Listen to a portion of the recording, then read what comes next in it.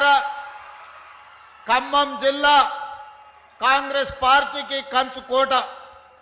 ఈ ఖమ్మం జిల్లా సంపూర్ణంగా ఆశీర్వదించి అండగా నిలబడడంతో పొత్తులో భాగంగా సిపిఐ శాసనసభ్యులు కూనంనేని సాంబశివరావు గారిని ఈ ప్రాంతం నుంచి ఎన్నిక చేయడం ద్వారా ఈ జిల్లా మొత్తము ఈనాటి ప్రభుత్వానికి అండగా నిలబడి ఆశీర్వదించి ముందుకు నడిపిస్తున్న 2 సంవత్సరాలు పూర్తి చేసుకున్న సంబరాలలో భాగంగా డాక్టర్ మన్మోహన్ సింగ్ గారు ఎర్త్ యూనివర్సిటీని ఈరోజు ప్రారంభోత్సవ కార్యక్రమాన్ని ఏర్పాటు చేసుకున్నాం.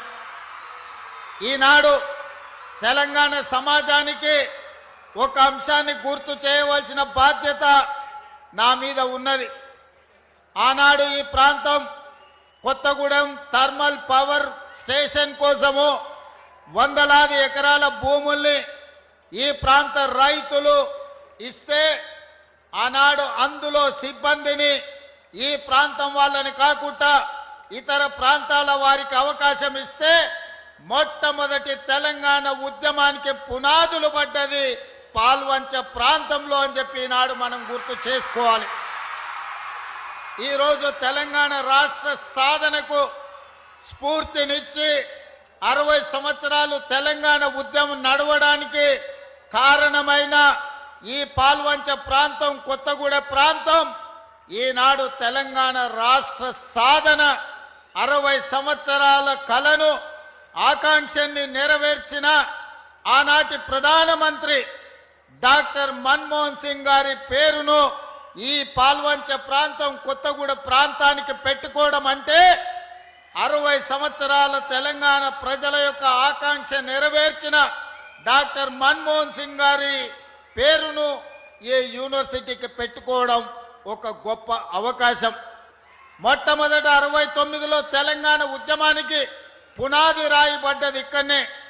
2004 నుంచి 2014 వరకు సంక్షోభంలో ఉన్న కేంద్ర ప్రభుత్వాన్ని బాధ్యత చేపట్టి సంక్షోభం నుంచి సంక్షేమం వైపు, అభివృద్ధి నుంచి ఆకాశమంత ఎత్తుకు ఎదగడానికి ప్రధానమంత్రిగా డాక్టర్ మన్మోహన్ సింగ్ గారు బాధ్యత చేపట్టిండ్రు.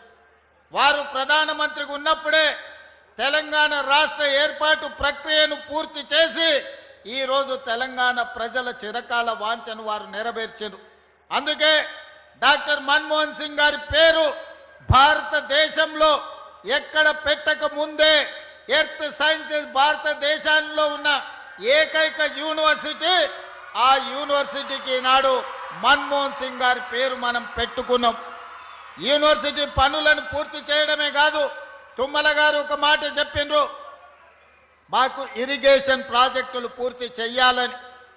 భారతదేశ మొట్టమొదటి ప్రధానమంత్రి పండిట్ జవహర్లాల్ నెహ్రూ గారు స్వతంత్రం వచ్చిన తర్వాత ఈ దేశంలో ఉన్న నిరక్షరాస్యత, ఈ దేశంలో ఉన్న ఆకలి కేకలను చూసి ఈ దేశం అభివృద్ధి పదం వైపు నడవాలి, ప్రపంచంతో పోటీ పడాలి అనంటే ఎడ్యుకేషన్ అండ్ ఇరిగేషన్ పాలసీని అడాప్ట్ చేసుకోవాలని ఈరోజు భారతదేశంలో గొప్ప గొప్ప యూనివర్సిటీలు ఎన్ని ఉన్నాయో వాటన్నిటిని ఆనాడు మొట్టమొదటి ప్రధానమంత్రి పండిట్ జవహర్లాల్ నెహ్రూ గారు ప్రారంభించినవే.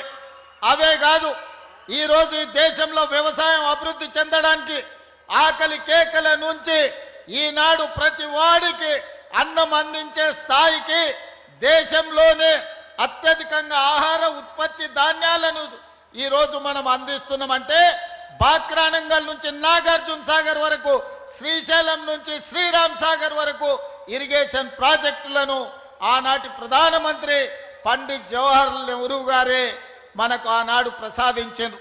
ఈరోజు మనం చూస్తున్న నాగార్జున సాగర్, ఈరోజు మనం చూస్తున్న శ్రీశైలం, ఈరోజు మనం చూస్తున్న ఎస్ఆర్ఎస్పి మొట్టమొదటి ప్రధానమంత్రి పండిట్ జవహర్లాల్ నెహ్రూ గారు ప్రారంభించినవే.